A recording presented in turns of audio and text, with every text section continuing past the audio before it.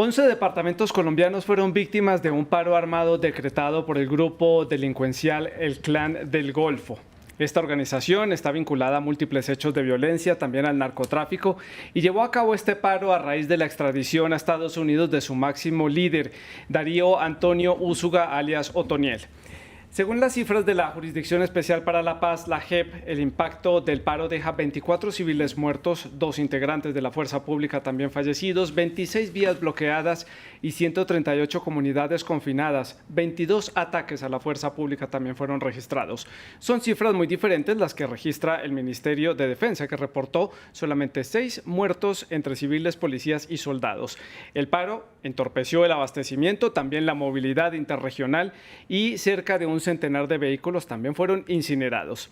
Si miramos reportes de paros armados ilegales llevados a cabo en el pasado por diferentes grupos ilegales, ninguno había tenido el nivel de violencia ni la simultaneidad en tantas regiones como el que llevó a cabo recientemente el Clan del Golfo.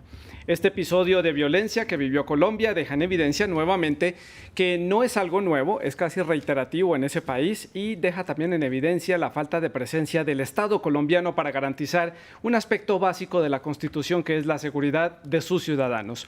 11 de los 32 departamentos de ese país, de cerca de 50 millones de habitantes, estuvieron bloqueados por este grupo delincuencial, mientras el presidente Iván Duque estaba en Costa Rica en la posesión del nuevo presidente Rodrigo Chávez.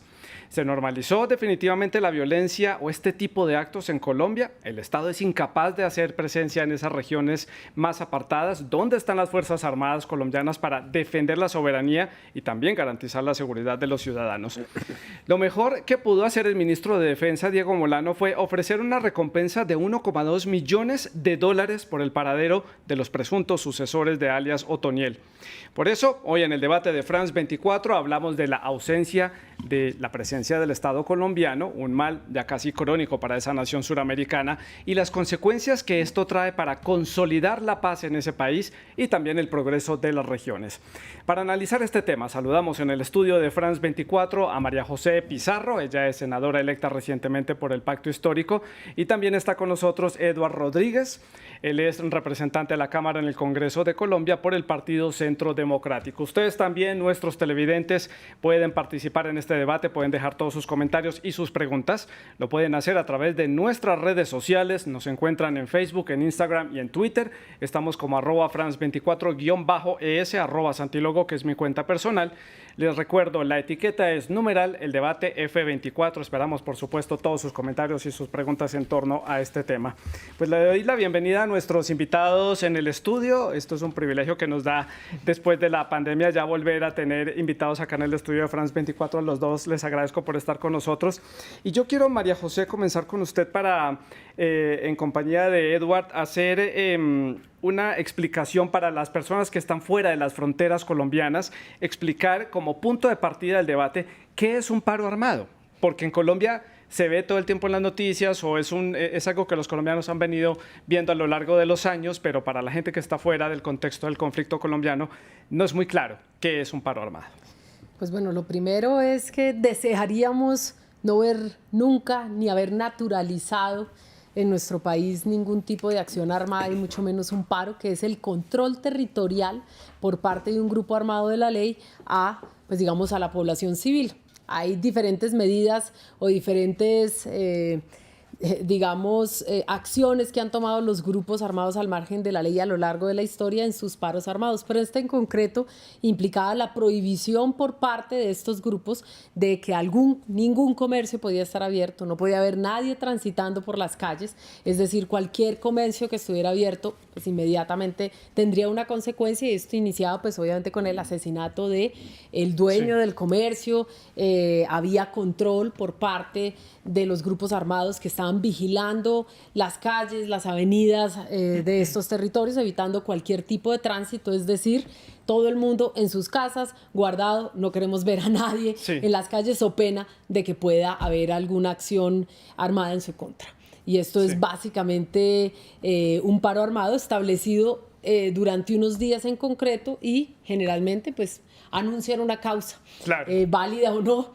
Definitivamente es en respuesta a lo que ellos consideren, pues digamos, está sucediendo en el país. Pues creo que sí es uno de los de mayor connotación que hemos vivido por el control tan amplio, el gran número de departamentos y de municipios que estuvieron esos días bajo el control, no de las fuerzas de seguridad del Estado, sino de los grupos armados ilegales. Eduard, para completar este punto de partida del debate, algo más que decir, ya tenemos aquí una explicación un poco más clara, pero a lo largo de la historia Colombia ha visto varios paros armados y antes de este hubo también uno por parte de la guerrilla del ELN en el departamento de Arauca, que es fronterizo con Venezuela, en el nororiente del país. Digamos que lo que ha hecho la guerrilla y los grupos armados al margen de la ley es tratar de incidir en la población civil en lo que ellos han llamado paros armados, que entre comillas no salen, no van a ninguna parte, no hay transporte, y ahí empieza a generar una prueba a lo que el Estado de Derecho o las fuerzas militares tienen que hacer, que es proteger a toda la ciudadanía. Usualmente ellos lo hacen para el cumpleaños del ELN en Arauca, en el Catatumbo, en algunos sectores de Chocó y por supuesto en el sur del país. En este caso, el Clan del Golfo, que es una organización para los que nos están viendo, armada al margen de la ley, que se surte del narcotráfico, yo diría que es la combinación entre guerrilla y paramilitares que se unieron y se vincularon para quedarse con las rutas del narcotráfico que post proceso de paz no se entregaron. Estas organizaciones criminales quieren incidir y de hecho inciden en algunos sectores del país. El más duro golpe que se le ha dado a estas organizaciones es la captura de Otoniel. Otoniel, para los que nos están viendo, solo es comparable con Pablo Escobar Gaviria, un narcotraficante de la misma índole que generaba miedo, generaba pánico, que tenía un cartel, pero en este caso Otoniel también estaba escondido en las montañas de Antioquia, donde no se dejaba ver, pero digamos que su brazo armado cooptaba líderes políticos, organizaciones militares y una serie de institucionalidad. Cuando se le da a este grupo el gran golpe, y no solamente a él, sino a toda la estructura criminal, por supuesto que quedan algunos residuos. Esos residuos trataron de incidir en este caso, generando miedo, y el Estado, a través de sus ministros, el ministro del Interior y el ministro de Defensa, e igualmente a través de toda la institucionalidad y toda la fuerza pública hicieron presencia. No obstante, un solo hecho de violencia, que asesinen 2 militares, no importa la cifra, es una sola vida y eso ya tiene que atemorizarnos, genera pánico en la región. Eduard, hago la ronda a la inversa para cambiar la dinámica. La pregunta clave de este programa es ¿por qué se mantiene la ausencia del Estado colombiano en esas regiones? ¿Por qué los colombianos de esas regiones que usted, por ejemplo, menciona, el Catatumbo, el departamento de Chocó, algunas zonas como Arauca, prácticamente se han acostumbrado a vivir sin la presencia del Estado colombiano? No solamente la presencia de militares o de la fuerza pública, sino también de la falta de escuelas, la falta de carreteras, la falta de hospitales, de infraestructura en esas regiones puntuales que da paso a estos grupos. Déjeme contarle un poco la cronología de lo que ha venido ocurriendo en Colombia durante los últimos años. En el 2002, cerca de 722 municipios estaban cooptados o por las organizaciones criminales llamadas FARC, ELN o grupos paramilitares. Hubo un plan que se llamó el Plan Colombia. Ese Plan Colombia tenía que generar una injerencia en estos territorios olvidados una vez la fuerza pública lo recuperara. Allá los concejales o los diputados que le llaman... Pero se me ha ido muy atrás y necesito puntualizar en la pregunta básica del debate. Pero es muy importante esta cronología porque eso se transformó y empieza a generar una transformación. ¿Qué está pasando actualmente? Digamos que ya hay infraestructura vial, digamos que ya hay jueces, que ya todos los alcaldes en este país despachan. No obstante, como el narcotráfico es un negocio tan rentable, ya no decidieron, digamos, que pelear, sino poner incluso alcaldes, cooptar a los miembros de la fuerza pública a través de mecanismos de corrupción y de esa manera que los dejen traficar. Es una guerra que hemos dado y tiene que ser una guerra institucional.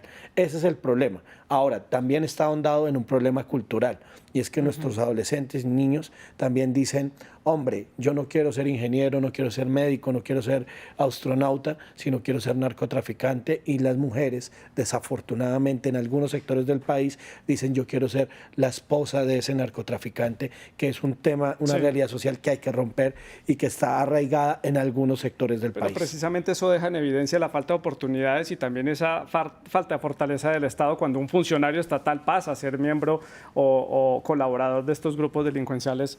Hay fisuras. ¿Qué opina María José por este lado? No, yo creo que ningún joven en este país y nadie que tenga, digamos, un mínimo de estructura y que haya podido acceder a la educación, a un entorno amoroso, a un entorno tranquilo, a un entorno seguro, pues decide ser un matón.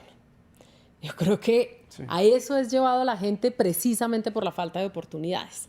Yo tampoco considero que sea hoy que vemos esa alianza entre los poderes locales y los poderes y los grupos armados ilegales en nuestro país. Es una tragedia histórica en Colombia, pero en este país las estructuras armadas y el narcotráfico han venido cooptando todas las instancias del poder, y esto es algo que por supuesto tenemos que erradicar de la vida política y de la vida social de nuestro país, pero no lo podemos lograr primero porque seguimos siendo, el modelo de lucha contra las drogas en Colombia es un modelo absolutamente fracasado, por mucho que nos lo digamos desde el Plan Colombia. Si el Plan Colombia hubiese funcionado, hoy tendríamos un país que caminaría hacia otra, con la inversión de recursos inmensa que se ha hecho en el marco, o que se hizo en el marco del Plan Colombia. Definitivamente hoy tenemos una lucha contra las drogas fracasada, es un gran negocio, gran negocio, con lo que hoy ya son casi que unas multinacionales del narcotráfico, porque efectivamente tenemos, por ejemplo, el clan del Sinaloa operando en nuestro territorio, tenemos una connivencia entre poderes locales, entre muchas veces, en algunos casos tristemente, para tragedia de la historia colombiana, en algunos casos con miembros de la fuerza pública, pero también, como bien lo decía, entre grupos armados. Claro. ¿Sí? Y en medio de todo eso tenemos una sociedad civil que ha tenido que aprender a sobrevivir en medio de la violencia. Y hay dos formas de sobrevivir: o aprendes a sobrevivir en el territorio, o te desplazas hacia las grandes ciudades y vives en la miseria. Sí. Esa es la tragedia de la realidad colombiana y es la que tenemos que erradicar en nuestro país. Pero por supuesto que es, como te digo, ha estado históricamente, por lo menos en la historia contemporánea de nuestro país, y a pesar de los esfuerzos, hoy no es una realidad que haya podido erradicarse de la vida política y social colombiana. Sí. Dejemos sobre la mesa, María José, el tema de la lucha contra las drogas, que ya lo vamos a tocar más adelante. Eduardo, yo veo que usted es bueno con el contexto. Hay algo que llama la atención del caso colombiano, y es que aquí se está repitiendo un ciclo. Hace algunos años el personaje en el mundo del narcotráfico era Pablo Escobar. Una vez sale Pablo Escobar de la escena, las FARC y el ELN toman un poco más de fuerza y los paramilitares salen de escena. Luego entonces llegan estos grupos que eran pequeños, que se reagruparon en muchos casos a retomar esas rutas del narcotráfico y a armar estos grandes mercados que, como María José lo explica, ya vemos que tienen, es como un pulpo que tiene ya varios brazos en Ecuador, Paraguay, México y otros países de Centroamérica. ¿Qué falla en la institucionalidad colombiana que este tipo de ciclo se repite? Vuelve y surge en la historia del país un grupo que domina el narcotráfico, afecta la seguridad del país, pone en jaque a la ciudadanía y afecta el desarrollo de las regiones. Yo creo que con tristeza tengo que decirlo, pero sí hay que replantear la lucha contra el narcotráfico.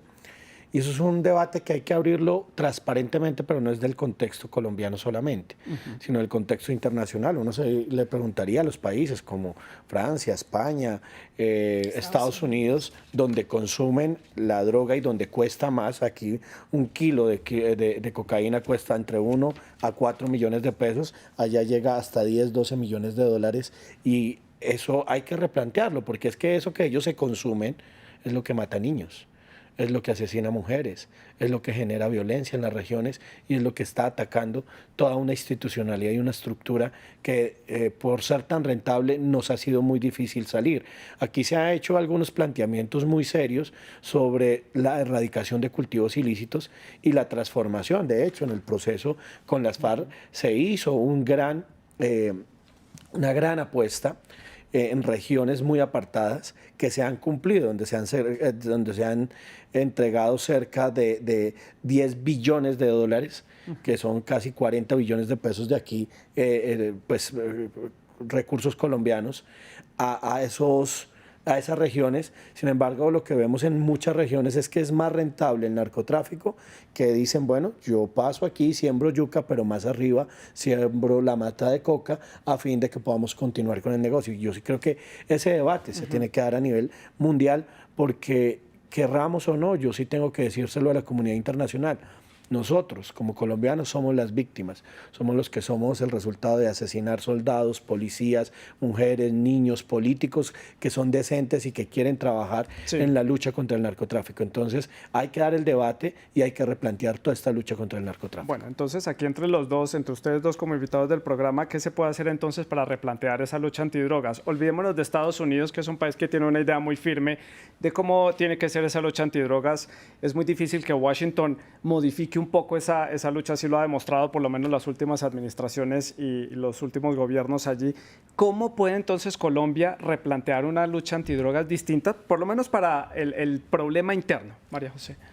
Pues mira, así como el debate ambiental hoy es un debate mundial, pues precisamente sucede con otros problemas que tenemos en el planeta. Por ejemplo, el problema nuclear del mundo es un problema y es un debate mundial, no es un debate de uno u de otro país, con responsabilidades, por supuesto, en quienes son y tienen grandes arsenales nucleares, o quienes están emitiendo más o quienes emiten más gases invernadero, etcétera, en sus países. Es decir, asumen mayores responsabilidades. En el caso de los países productores, que no solamente Colombia, hay otro tipo de estupefacientes que se producen en otros lugares del mundo y que además convivimos con la misma realidad. Nos quedamos con la violencia, nos quedamos con los muertos, nos quedamos sin la capacidad del Estado de poder, digamos, ocupar los territorios que han venido ocupando, por supuesto, porque de eso viven los grupos al margen de la ley y que están traficando drogas en nuestro país,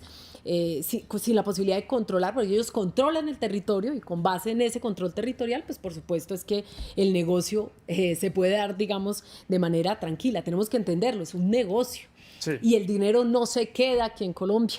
Y así como nosotros tenemos un problema como productores, hay otros problemas, hay otros países que tienen el problema de ¿qué? Son países de tránsito, por donde pasa la droga hacia sus países. Caso los México, países centroamericanos. Marruecos, países centroamericanos, Rica, como tú bien lo dices. Lo mismo sucede en algunos países de Oriente Medio, precisamente con la producción de opio, etcétera. Claro. Y pero tiene que ser un debate entendido de esa manera. Por supuesto que a veces el mundo no está listo para dar el debate, pero nosotros tenemos la responsabilidad de poner las alertas. Ahora, más allá de eso, tenemos que encontrar mecanismos, por lo menos regionales, para poder empezar a mitigar el problema. Tenemos un diálogo pendiente con México, por ejemplo, porque precisamente hoy, como te lo decía, sí, pero Colombia con toda esta situación, porque esta lucha no es de ayer, esto lleva ya muchas décadas y Colombia no lidera en eso. Colombia no toma liderazgo para empezar porque es la política nacional, ¿sí? Porque los gobiernos colombianos se han doblegado, en mi criterio, a la política internacional de lucha contra las drogas, es decir, aquella que se nos impone desde Estados Unidos o se nos impone desde el exterior, pero nosotros no hemos planteado con seriedad el problema. Nosotros no hemos, mira, a lo mejor se ha planteado, pero no ha sido un planteamiento eficiente que realmente permita que nosotros también tengamos mucho que decir frente al modelo que se nos ha impuesto y que definitivamente ha servido en muchos casos para alimentar, y te digo, para mí el tema de la paz es esencial. Sí, ya lo vamos a mencionar también. Y hay que mencionar aquí el tema de la corrupción, que en el nivel colombiano pues es, y lo que te digo, la alarmante también. Entonces, de los actores armados. Exacto. Con los poderes locales. Vuelvo al tema de este paro y lo que representó este paro armado del Clan del Golfo. Bloqueo, ya lo decíamos, 11 departamentos, incluso una capital departamental, la ciudad de Montería, que es una ciudad intermedia en Colombia. Tuvieron que cerrar el comercio, las escuelas y las universidades, y la ciudad estuvo prácticamente aislada del resto del país a nivel de transporte aéreo, terrestre y comercial por este paro. ¿Cuál es el alcance, Eduard, que evidencia este paro, que claramente no tiene el alcance que tuvieron los otros? Este fue mayor. Esto que alarmas despierta para el Estado colombiano y bueno, y para el país entero, el alcance que tuvo el Clan del Golfo con este paro. Yo creo que uno tiene que reconocer cuando las cosas, digamos, salen mal. Y salen mal porque esto no depende solamente del gobierno nacional. Hay unos actores locales que tienen que de una u otra forma ejercer la autoridad. Y viene una palabra que me llega a mi corazón y a mi mente y es la confianza institucional. Porque esos ciudadanos de Montería, de Sucre, tuvieron miedo y cuál fue la respuesta que le dio tanto el gobierno nacional como los gobiernos locales a esos ciudadanos que tuvieron miedo. Porque, pues, ¿quién no va a tener miedo de que dice, si usted abre a las 7 de la noche, le vamos a quemar su negocio? Pues yo me evito el problema y voy. Y aquí viene un tema también de algo que yo le llamo cobardía de los grupos armados al margen de la ley. Porque precisamente estos actos terroristas no se cometen propiamente en la ciudad capital, como se evidenció, sino como lo vemos en las imágenes, en las laderas muy lejanas, de donde los miembros de la fuerza pública no llegan. Entonces ellos lo que hacen, y lo han hecho en Arauca, como lo hicieron esta vez en Antioquia y en Córdoba, es atacar jurisdicciones donde no está la fuerza pública, entran, atacan, asesinan a alguien que va pasando, o queman un bus, o atacan la caravana donde va la policía, y se repliegan y se desaparecen. Entonces, digamos que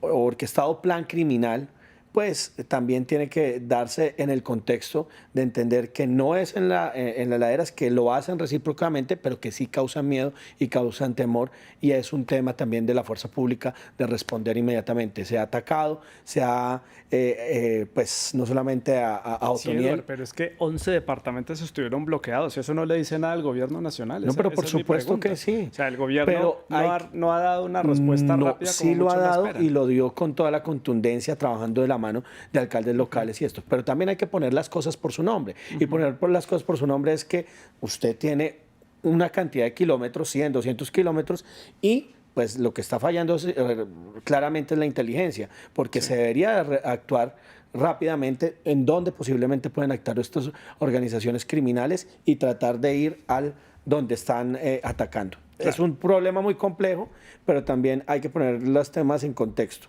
Uno, el miedo. Dos, la respuesta del gobierno. Y tres, las difíciles circunstancias geológicas que nosotros tenemos para responder. María José, su opinión sobre este tema. ¿Qué le dice esto al gobierno saliente, del presidente saliente Iván Duque? Pues bueno, yo sí tengo que actuar con todo mi sentido crítico. Además, es mi deber como congresista colombiana. En primer lugar, tenemos una política de seguridad fracasada. Y esto lo demuestra lo que acaba de suceder en este paro armado. Y es innegable. Si no, no habríamos tenido el control territorial de un grupo armado al margen de la ley en 11 departamentos de nuestro país. Así de sencillo. Por mucho que queramos maquillarlo y ponerlo bonito, esa es una realidad. Y yo quiero plantear digamos, un paralelo. ¿Qué sucede en medio de las movilizaciones y el estallido social que vivimos el año pasado y que las imágenes dieron vuelta por el mundo entero? Vimos una fuerza pública que ocupaba y estaba en todos los territorios de este país, que era muy eficaz para controlar a la población civil que se estaba manifestando, pero en cambio fue absolutamente incapaz, con todo el poderío militar, siendo uno de los ejércitos más grandes de América Latina, de controlar este grupo al margen de la ley y de garantizarle a los ciudadanos seguridad y, por lo tanto, la ausencia del miedo, ¿sí? Pero ¿qué se vio? Que estaban casi que acantonados en las estaciones o en los cuarteles militares sin estar efectivamente haciendo presencia a nivel territorial, enfrentando ese poder a nivel territorial. Y a mí eso sí me parece, digamos, no solamente un pésimo mensaje, sino la estocada final a la política de seguridad de este gobierno. Y lo repito, el paralelo es dramático. Es dramático. La política de seguridad, Edward, es una política que viene de varios gobiernos atrás. Tal vez esta fórmula, esta estrategia ya está un poco desgastada para el contexto en el que está Colombia. ¿Será momento para que el próximo presidente que llegue plantee una nueva política de seguridad? A mí me parecería muy interesante que tanto Gustavo Petro como Federico Gutiérrez plantearon una política o un esquema de seguridad. Los que hemos estudiado el tema, sabemos que una fuerza pública que no esté motivada o que no esté constantemente trabajando va a ser una fuerza pública que no genera resultados. Los éxitos contra las FARC fue porque estaban en operabilidad. No quiero excusar, pero durante el 2012 al 2018 la fuerza pública se quedó cruzada de manos, no podía hacer absolutamente nada. Claro. Y por eso yo creo que también hay que, cuando llegamos al gobierno, de hecho encontramos una fuerza pública temerosa, miedosa, y lo que tú decías, María José, en los cuarteles, los generales bebiendo whisky, y nos tocó volver a tomar esa política del 2002 de decirle, señores, ustedes tienen que estar en terreno. No obstante, miles de hombres de la fuerza pública hoy están en terreno, están trabajando y están atacando estas organizaciones criminales. Prueba de ello es que pese a toda la corrupción que hay en estos sectores y en estas regiones apartadas, donde Otoniel tenía alcaldes comprados, políticos comprados y tenía también a los militares comprados, nuestra fuerza pública llegó hasta el último rincón y capturó a Otoniel, como siguiera capturando a Chiquito Malo y a todos los bandidos que se enfrenten al Estado. Yo creo que lo que sí hay que unirnos como país es a enfrentar a estos criminales que generan miedo en estas regiones. Justamente Juan Paper, que es un investigador de Human Rights Watch, habla de esa estrategia. Él dice que el gobierno colombiano tiene una política de seguridad que parte de un diagnóstico errado. ¿Por qué? Porque cree que basta con capturar a las cabecillas para desmantelar estos grupos armados. Yo creo que ahí entra en este rompecabezas lo que les preguntaba hace unos minutos, y es que a lo largo de los años vuelven y surgen estas figuras grandes o estos grupos delincuenciales que vuelven y toman fuerza, por lo que esto defendería un poco esta hipótesis de Human Rights Watch. ¿Cómo lo vio usted, María José? Pues mira, si algo nos ha enseñado la historia en nuestro país, donde la paz y la guerra han convivido de manera trágica, es precisamente que cada vez que un proceso de paz fracasa en Colombia, volvemos a unos ciclos no solamente interminables de la guerra, sino cada vez más degradados de la guerra en Colombia. Cada vez es más degradado, cada vez es más difícil encontrar una estructura realmente a la cual combatir. Tenemos casi que una confederación de grupos armados que conviven y que se disputan el territorio, no solamente la ruta, pues por supuesto las rutas, pero también a nivel territorial, el control territorial. Esa es, digamos, la constante desde el primer acuerdo de paz exitoso en 1990. ¿Sí? Esa es la realidad. Los años más cruentos de la guerra en Colombia los vivimos precisamente después de ese acuerdo de paz. Y veníamos, yo no creo que unos militares aburridos en los cuarteles tomando whisky, sino veníamos en un proceso de paz. Por supuesto que las Fuerzas Armadas tenían que repensarse para un nuevo contexto.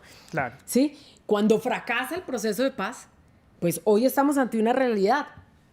La primera, una realidad de violencia como no se vivía desde hace muchísimos años en este país. Hoy estamos casi que retornando a los índices de violencia de antes de la firma del acuerdo de paz, es decir, de esas épocas más duras y degradadas de la guerra en nuestro país, sino que además estamos viviendo uno de los procesos electorales más complejos y más inseguros en la historia de Colombia. Y yo creo que sí, tiene que ser un momento para parar y pensar sobre el rumbo de nuestro país. ¿Queremos una Colombia en paz? Pues por supuesto que todos tendremos que repensarnos para una Colombia en paz. El hecho de que se capture a Otoniel no significa que esta alianza entre poderes locales y alcaldes, gobernadores, como tú quieras, y el cabecilla desaparezca. No, se reinventa. Sí. Porque esa es la tragedia del paramilitarismo, el neoparamilitarismo, claro, de toda, digamos, de toda esa connivencia trágica en nuestro país. Complementarle, si me lo permite, María José, algo que es muy importante, y es que esto no es solamente local. Estos son organizaciones transnacionales muy bien infiltradas, con unas financiaciones y un paralelo, lo que significa que tiene que ir en un contexto internacional a trabajar entre los diferentes gobiernos, o bien sea para legalizar, y esto de pronto me puede costar, pero al país hay que decirle las cosas por su nombre. Sí, no, y es un debate que puede quedar sobre la mesa en cualquier momento. O bien para seguir atacando, como se ha venido haciendo durante los últimos 30 años de vida. Yo tengo 40 años y siempre he visto narcotráfico, narcotraficantes, violencia. Y sí hay que terminar el ciclo y hay que replantearnos nosotros, las nuevas generaciones, como decir, venga, está pasando algo y tenemos que generar soluciones. Claro. Una de esas soluciones que hay que trabajar, y ojalá los próximos candidatos lo tengan, es un trabajo enfocado en esas regiones, entre otras. ¿Por qué nuestros jóvenes están convirtiéndose perdón la expresión, en los futuros otoniel del país. Y es por una clara presencia o ausencia de política pública, donde los próximos candidatos tendrán que hablar de la jornada única, empezando desde ahí para protegerlos y alejarlos de esas organizaciones criminales que los cooptan, que les entregan $1 millón de pesos, luego los ponen a hacer o a contar si viene el ejército o no, luego les dan un arma, luego los convierten, porque todo eso es un ciclo donde nuestros jóvenes los estamos perdiendo a los 28 años. Sí. Y eso es como consecuencia del narcotráfico y como consecuencia que no hemos tomado la decisión como país de tomar el toro por los cachos y decirle, venga, aquí tenemos una problemática que si seguimos dándole largas no va a pasar absolutamente nada. Y no es solamente el tema de la violencia, también la ausencia del Estado es igual a la carencia de garantía de los derechos fundamentales de los ciudadanos y de la institucionalidad. Entonces esto se vuelve un círculo vicioso que no solamente lleva a que la gente termine metida. Y si usted lo pone en el contexto internacional, hablando, yo soy ambientalista, hemos hecho las principales leyes ambientales, pero la mayor causa de deforestación es propiamente el narcotráfico. Claro, o sea, esto es un tema transversal que no solamente nos incumbe ya a nosotros, sino que le tiene que incumbir o le tiene que abrir los ojos al mundo, como bien lo decía María José. Claro, eso no puede ser un tema de un gobierno, sino de una política de Estado. Me quedan ya pocos minutos para finalizar el programa. Quiero preguntarles precisamente por las propuestas que hacen los candidatos de cara a las presidenciales que están por realizarse, por lo menos la primera vuelta en ese país en los próximos días. ¿Qué proponen? ¿Qué hay de nuevo en estas propuestas de los candidatos que ofrezcan un panorama distinto para esta lucha antidrogas, para esta lucha contra estos grupos delincuenciales y hacer presencia del Estado, que ese es el tema central de esto, que garantice la presencia del Estado colombiano en las regiones? Pues bueno, lo primero es combatir el problema, el principal problema que hay en nuestro país, que es la desigualdad. Y si no planteamos soluciones a la desigualdad en nuestro país, es muy difícil que podamos salir adelante. Eso es, y aquí sí hay todo tipo de propuestas, una política integral enfocada hacia las mujeres, que hoy son el eslabón más débil, digamos, de todas las cadenas de violencia. Somos nosotras las que parimos los hijos para la guerra y por supuesto tiene que haber una política seria para nosotras. Por supuesto que tenemos que enfocarnos en un modelo de seguridad distinto. Nosotros hemos propuesto un modelo de seguridad humana que además lo hemos discutido bastante en el Congreso de la República, precisamente porque el modelo de seguridad democrática está fracasado y por lo tanto tenemos que pensarnos un modelo de seguridad y eso implica no solamente la propuesta desde el gobierno nacional, sino también cómo se va a dialogar, implementar con distintos actores políticos y sociales de nuestro país. Implica educación pública, gratuita, de calidad, implica pues efectivamente pasar, digamos, de una sola matriz de producción a diversificar nuestra producción, a entregarle la tierra también a los campesinos. Si uno de los problemas históricos de Colombia ha sido las fracasadas o el que no se haya hecho nunca una reforma agraria en nuestro país y por supuesto tenemos que retornar a nuestra vocación campesina y esto implica no solamente en términos de soberanía alimentaria, sino de garantizar que la tenencia de la tierra pueda estar no solamente en el 1% de la población, sino que las mayorías sociales puedan acceder a la tierra y puedan acceder a todos los servicios del Estado. Implica la paz total y la paz integral. Y yo creo que si no nos enfocamos en todo esto, nos vamos a quedar, como siempre, con un monstruo de 1000 cabezas que cada vez es más difícil de controlar. Y por este lado, Edward. Yo creo que son tres rutas esenciales. Primero, la ruta de la seguridad, donde tiene que estar primero la prevención, cuidar a nuestros niños, niñas, adolescentes. Eso implica darle oportunidades a todos los niños, no solamente hasta el bachillerato, sino hasta la educación superior, donde yo soy autor de la educación gratuita para estratos 1, 2 y 3, y el candidato Federico Gutiérrez propone 1 millón de becas, que creo que tiene que ser en nuevas tecnologías, y es una ruta completa, donde en los lugares más apartados, donde no hay institucionalidad y donde el narcotráfico tiene mayor incidencia. Lo segundo, el crecimiento económico para todos, con igualdad de condiciones, protegiendo la libertad de empresa. Y el tercer elemento que yo le he llamado justicia social con oportunidades para todos los colombianos. Justicia social implica que el que la haga la pague, que exista una verdadera resocialización cuando entren en un proceso de encarcelamiento para que trabajen y estudien, y oportunidades, que significa que todo eso tiene que tener una trazabilidad, y es que si no abrimos los caminos para que todos los colombianos entendamos que somos absolutamente iguales en derechos, pero también en obligaciones. No Claro. podemos llegar a un estado donde nos respetemos mutuamente. Y eso también está en un algo muy pequeño Sí. para culminar, y es en reconocer también lo que hemos ganado como estado, cómo hemos venido avanzando y hacia dónde vamos. Yo creo que hay que mirar no solamente con un tema que hoy el país está súper dividido, sino con un tema de enfoque de Colombia 2050, 2100 inclusive. Una ruta determinada hacia el futuro. Me queda un minuto para finalizar el programa. Quiero que hagamos conclusiones rápidamente. Lo que deja este tema, este paro, la ausencia del Estado, los temas que ustedes han tocado, los diferentes puntos de vista. Comienzo entonces con Edward para hacer la ronda a la inversa y cierro con María José. Edward. No, yo diría que nosotros hoy tenemos un país que ha crecido en infraestructura, que ha crecido en oportunidades, con una economía creciendo al 10,6%. Este trimestre crecimos cerca del 8,6%. No obstante, ese crecimiento tiene que llegar a empleo, a formalización y a oportunidades para todos los colombianos.